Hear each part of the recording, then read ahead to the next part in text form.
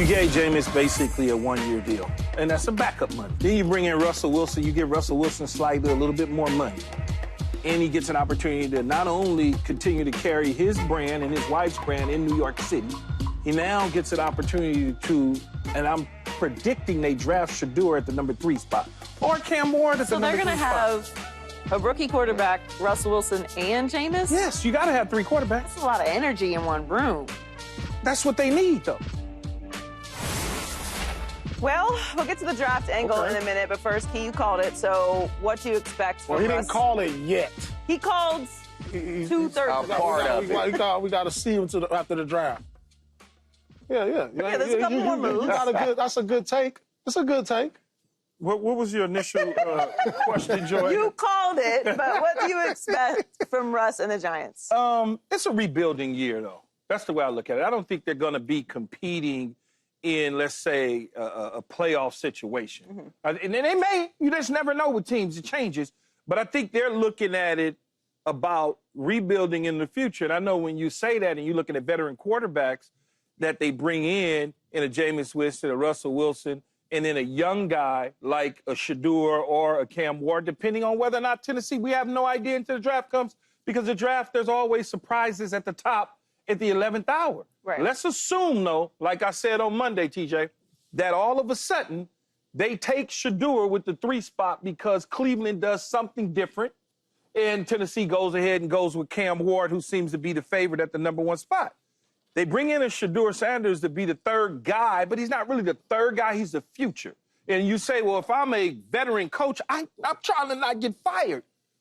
Well, it's not your call. It's not Joe Shane's call.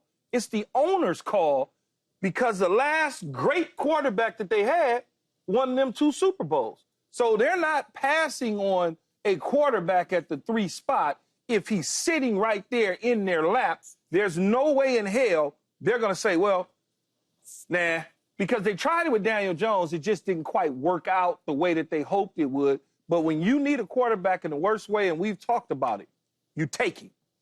Even though it feels like a crowded room because you got 2 veterans. But remember, you got 2 veterans that are basically on one leg. They on their way out, not on their way in.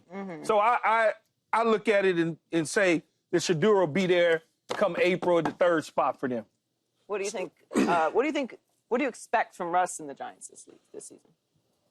Well, what I expect from Russ is to come in there, be a great mentor. This is going to be the most positive locker room in all of the NFL with these 2 veterans. No, I'm telling you. And even if they got the 3rd, even if they got Shedeur, that's positive too. Yeah. He's an uplifting kid. But this is going to be a great mentorship program, because I don't think the Giants are really going anywhere as far as the playoffs. If they were to draft Shedeur, these are 2 great examples to be behind with Russ and Jameis. But I think when they sign Russ and you sign Jameis, it leaves the door open also. So no expectations from the Giants. Russ, like I said, great mentorship program, truthfully. I mean, there's no expectations. They're not going to do nothing in the division. They're going to be fighting for 3rd place between them and Dallas. So as far as that case, he just gives them some stability at the quarterback. It's what he just said. They're going to compete for 3rd place in the division, more than likely finish last in that division. Yeah. You got to look at it. The Pittsburgh Steelers said, we'd rather have Mason Rudolph than Russell Wilson. That's what the Steelers said without saying it. They wanted Mason Rudolph as their quarterback over Russell Wilson. And so what does he have left? I don't know. But when you're Brian Dable, you know your job is on the line. Yeah. And so if you draft a quarterback and say Shedeur's in the room, you sitting half of the season and then starting, offensive line in New York is better than what they had in Pittsburgh last year. Running back, probably a little more explosive. Defensively, the Giants are good. Yeah, the Giants are very good defensively, but so were the Steelers last year. And it was hard for Russ to get anything going. And so at this point, I don't believe Russell Wilson is the reason you win games. Who's a better play caller, Arthur Smith or Brian Daboll? Brian Daboll, for sure. For sure. I really think Dayball is one of the most underrated coaches in the league. He's that good of a coach. Now, if Russ plays extremely well, they say their jobs. If Russ plays extremely well, it shows you how good Dayball really is. Well, look like 7, 8 wins. I mean, they won 3 games last year. So if you win 7 games this year, Russell Wilson has done a hell of a job. And it saves the coaching job? You should, yeah. Yes. Yes. I mean, I don't think that. Well, you could just go ahead and draft. I don't understand why you sign Russ. You could just go ahead and pick a rookie quarterback there. Well, start I him. think Russ is a contingency plan for them if they don't get Shedeur, because keep in mind, we don't know what's going to happen in the draft, and there are 2 teams ahead of them that do need quarterbacks. We don't know what Cleveland is going to do. And they ain't going to draft Shedeur. They draft Shedeur. He ain't going there. He just going to wait till next year. I mean, maybe, but maybe they trade back and somebody else moves up into that spot. But there's 2 teams ahead of the Giants who both need quarterbacks. Yeah. So we're assuming that Shedeur will be there at 3, but we don't know that. So I think Russ is a contingency plan for them if they don't get Shedeur. And if they do get Shedeur, it is a very loaded room, but it will be a very positive room. Definitely and positive. it's veterans that didn't have a lot of options, and you have a long runway there. My only concern is if Russ doesn't play for any period of time, extended period of time, and Shedeur is in the building, this is New York. There's going to be some banging on the table to get him in there. Yeah. It's not like Joy, he's had a lot of college starts, so it's not as if he hasn't started a ton of games in college. I think he could. I understand that people like to sit rookies right away. I am a bit on the other side of it, depending on the situation. I think if it's even a half decent situation, they should play because they're getting that experience, getting to adjust to the speed of the game, getting to see those guys with the beards and the car seats coming after them, and they can work on their timing and many other things that they learn as a rookie. I understand that there is, the opportunity to get sacked 68 times like Caleb Williams did, but you hope it's not that and they're getting experience either way. Because as I always say, if you're in the rookie quarterback market, you're in the patience market because it's not likely going to turn around the way that it did with Jaden Daniels or C.J. Stroud right away. So I think it's a nice bounce back situation. It's certainly an improvement from last year. As you said, they won 3 games last year. So to me, whatever happens with Shedeur, and we'll talk about that in a second, say they don't get Shedeur, I think they're a middle of the road, 6, 7, top end, 8-win team, which would be a tremendous upgrade from what they had last year. So however bad Russ could be or good he could be, I think he will be at the very least mostly what he was last year, which is enough to improve the Giants and, to your point, keep Daboll's job. When you start to look at the quarterback position for the New York Giants, I want you to also look at the money. Don't look at the $21 million. Look at the $10 million, because that's really all he gets. Right. That's backup quarterback money in the National Football League. Right. So he's not paying him $35 million to be a bridge guy. They're giving him $10 million, and if it doesn't go well and they draft Shedeur, you also got to look at the track record of the owners. The owners in New York, the Giants' track record says they take young guys, they play them when they're ready to play. They don't necessarily put them out there immediately. Look at Eli Manning and Kurt Warner. They had Kurt Warner out there. He was a piñata. In the moment that didn't work no more, they said, it's time to go with Eli. Let's go. And that's where I'm looking at with Shedeur. If, for some reason, Russell Wilson holds on and they're doing well at the end throughout the year, that's okay. But the moment 5, 6 games in there and they don't look like they're going anywhere, whoever that quarterback is that they drafted most likely will play.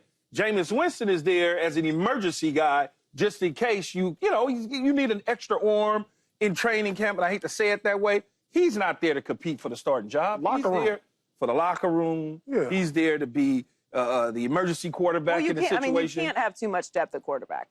I mean, Shedeur, Russ, and Jameis is a nice lineup of quarterbacks when you're talking about depth. Again, a lot of energy in the room. Being that, Russ is a guy that... I'm talking about you guys. So you guys were talking about this the other day. This is what I mean when I say that. Because we're talking about diva wide receivers. And you both immediately said what? God. What did you say? Come on. I don't remember. The quarterbacks. This is a quarterback? Yeah. Something wrong with the quarterback? The quarterbacks they are They worse than us. No, they worse than anybody that plays professional sports. Now listen. They are the worst. You dealing with Aaron Rodgers right now every single day. You tell me. These guys have great reputations. That's fine. Right. I got a great reputation too. Great reputations. No, you don't, Keith. So we have Not Crenshaw, Keith. You have the footage. Oh God, stop, Joey. No, they have great reputations. I'm just saying it. You guys said it. Like these are big personalities. These are big egos. Russ is a Super Bowl winner. Has been back to a Super Bowl. Jameis is a high draft pick. Like, these are guys who've been starters and have had a lot of experience in the league. So they're just because we think they're not competing for the starting position doesn't mean they think they're not. But these dudes have been humbled. They've been Jameis Winston. Super humble. Jameis Winston, when you sign 2 years, $8 million, you know what that is.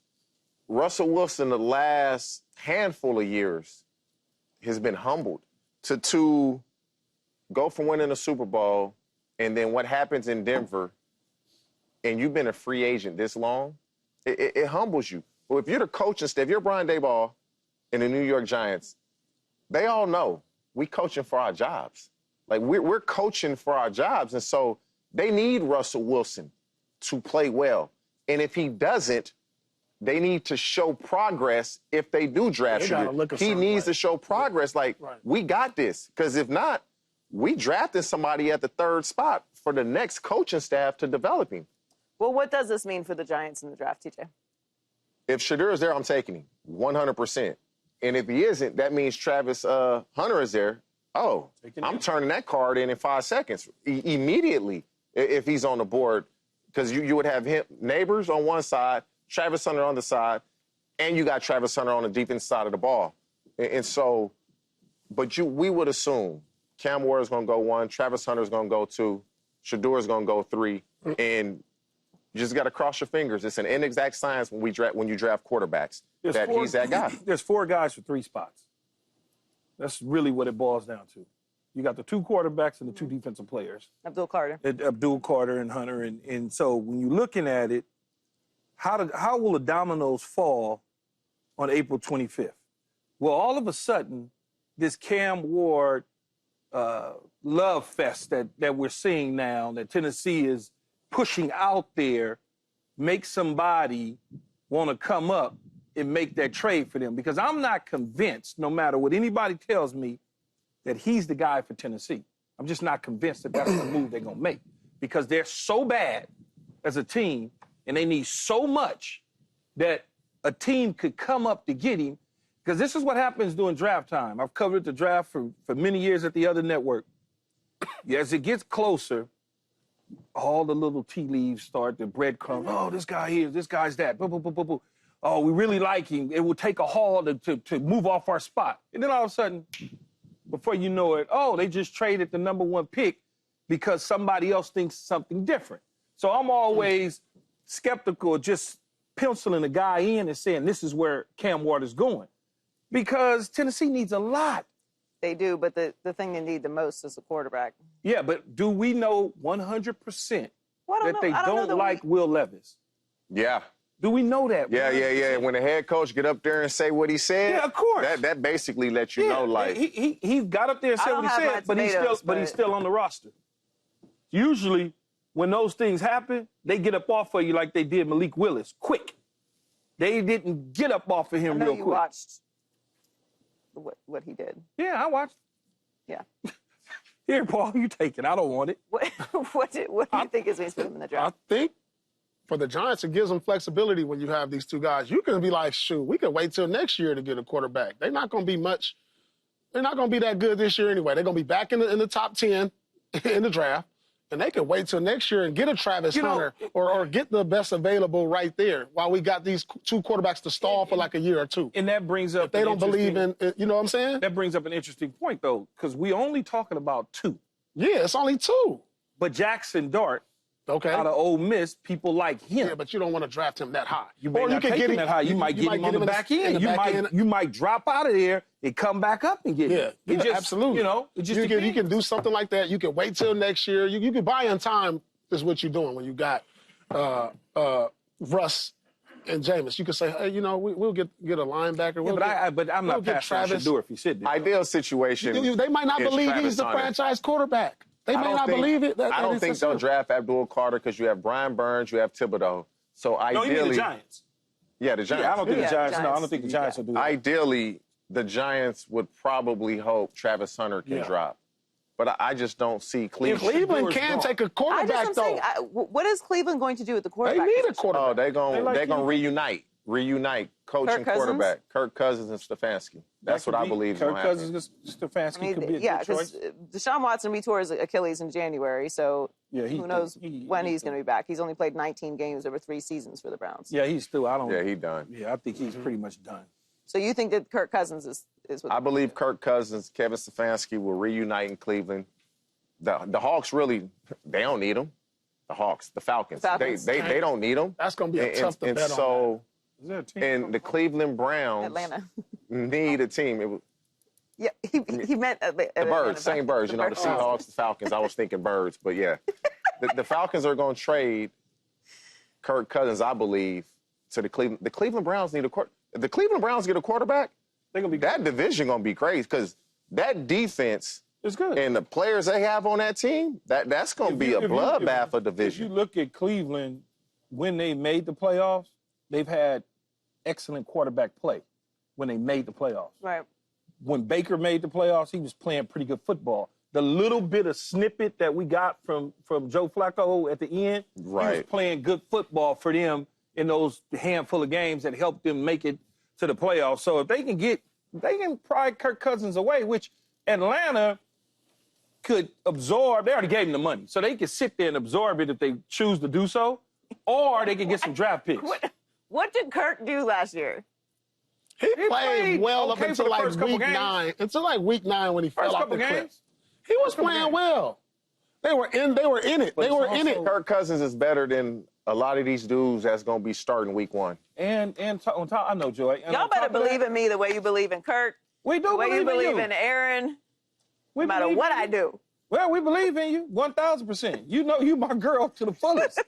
I'm telling you, all the way, ride or die. I do got half the show well. Like, I don't know what happened on the back half. Those first 3 blocks, she crushed We it. got you. We got you. Another big free agency move yesterday was Stefon Diggs to the Patriots. New England has reportedly signed the receiver to a 3-year, $69 million deal. He is coming off of an ACL injury that he suffered last October, but he's expected to be ready for week 1 of the regular season. How's that? Man, I swear, football players recover faster than anybody, man. Y'all don't recover fast because all y'all money, that $300 million they wasting on y'all is so guaranteed. Y'all don't want to get out. Y'all don't want to get off the couch. You know what? I ain't going to PT today. Yeah, exactly. That's how they think. I ain't going. You know what? I ain't going. They get a little injury. Cha-ching! My nail. That check cleared. All right, you know I'll go to PT tomorrow. Lean back, go to PT tomorrow. So scandalous. I can milk this for about a year. Brooklyn found that out real easy. He's going to be back. No. So what does he have left in the tank, TJ? I like this move. I like this move. And you look at when Stefon Diggs got traded from the Minnesota Vikings to the Buffalo Bills. And we have a graphic that they'll show. 2019, the season before Diggs got there, Josh Allen was throwing for 193 yards a game. 193 yards a game, 20 touchdowns. Diggs get there, 284 yards a game, 37 touchdowns. 1 year, one player made a difference. That big of a difference, not only with his production, but helping everybody else out and helping them get open. And so it concerns me because we've only had 2 cases where Cooper Kupp, 2018, he tears his ACL, comes back 2019, has a 1,000-yard season, 10 touchdowns. He was 26. Yeah. Keenan Allen did it. He had 1,300 yards, over 100 catches. He was 25. And so that does concern me that Diggs is 31. I don't know Diggs. I've been on the field with him a few times. He a worker. He is a worker. And so I have no doubt that it's going to be fine. It's, his attitude. Man, Mike Vrabel, the head coach. Mike Vrabel's a former player. He coached A.J. Brown. It wasn't no problems with A.J. Brown so I don't believe that's going to be a problem. And so I like this move, Diggs being able to see if he can do the same thing for Drake May that he did for Josh Allen. If he's fully healthy, then yes, it's perfect situation. Josh McDaniels dialing it up as the offensive coordinator. Vrabel as basically the DC head coach, They're going to run the football. They're going to slow things down for Drake May, give him easy targets, easy throws. They're going to condense the splits where Stefon Diggs is going to be stacked behind receivers. He's going to be able to get free access and get open. If you look at his statistics, you ran off some of them. Diggs through the eight weeks last season, reception-wise, he was 7th in the league, okay? Receiving yards, he was 18th. TDs, he was 18th. And that's almost halfway through the season. Anytime you get a guy with 6 straight 1,000-yard seasons up until he got hurt, he going to help you. In some way, shape, form, or fashion, there's no question about it, because he loves to play. He's a hell of a football player, and he knows that he's in a division with a team that moved on from him. Mm-hmm. So he'll see them twice, maybe 3 times if they make it to the playoffs. He can't wait to get out on that field. And as far as his attitude goes, nobody want to hear about that, man. Everybody always talking about the receiver's attitude and Stefon Diggs is this, that, and that. Yeah, I want that guy. I want a guy that wants the ball. I want a guy that wants the football and want to be a willing participant on the football field. I don't want somebody shying away. I don't want that. Do you have anything left in the tank? You know, this is a hard one for me because TJ mentioned some of the guys who dealt with this injury, came back a year later, but they were young. You know, a 31-year-old Dig who still has a lot left in the tank. Do they ever come back as the same player? And especially at the age of 31. You know, so that concerns me. I'm sure he'll get out there. And you look at the yards that he had and the seasons that he's had, his quarterback was Josh Allen and C.J. Stroud. Like, Drake May is good, but he's not them. You know, so I like him there, though, as a veteran presence. You know, he could be solid for them, but will he get back to where he was? I think that's... I don't know, do you ever just come back the same? It took Cooper some years to get back to that level. You know the thing, though? When you look at Cooper Kupp, it took him 5 years. He pretty much tore his ACL the same time Diggs did, after 8 games. Yeah. And so was late October, early November, played the same amount of games the year they tore the ACL. But again, that age matters. But the way technology is, the way these dudes is going to work. See, that's to me, that's the most important thing. Is it important to you? Mm-hmm. Is it important to you? Or you done made $100 million and you chilling? Or is it so important to you that you going 24 hours, 7 days a week, you're going to do not what Paul did and not go to PT? Paul's never injured. You're always injured. Ever. You were always injured. Ever. You had a wheelchair, for crying out loud. Came right back. Came right back. He thought he was injured and he realized he wasn't. Man, you was pump faking. Man, wasn't nothing wrong with him. I came right back. I don't think we should expect the height of his Bills numbers. Different system, different quarterback.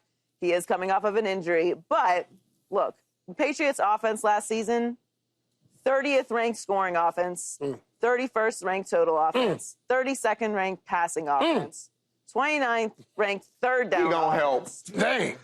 Tied for giving up the 5th most sacks and 31st in passing touchdowns. That's rough. So I think he can help. He'll change that.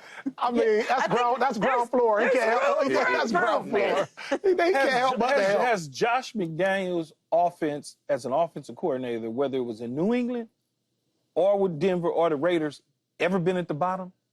And I know they had terrific time. I get it. But has he? I know it's a lot, but I know that's a lot. But has it ever been at the bottom?